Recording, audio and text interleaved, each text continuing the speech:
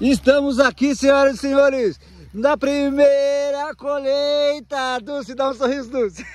Rúcula. Rúcula. E o que vai colher mais aí, Dulce? Nós vamos colher alface. Ah, alface e... Eu acho que vai ser alface e rúcula, porque o almeirão nós vamos deixar fazer mais cabecinha fechada. O almeirão é esse aqui, né? É. Esse aqui?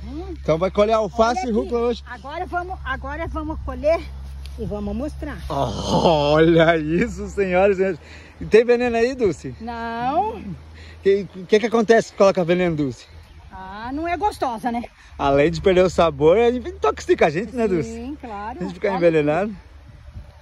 Tá louco? Galera, nossa primeira colheita da hortinha, olha só. Ih, dia de festa! É dia de festa. Hoje é dia de festa. Que o Senhor abençoe esse alimento, né? E que venha muito mais. Amém, axé, house.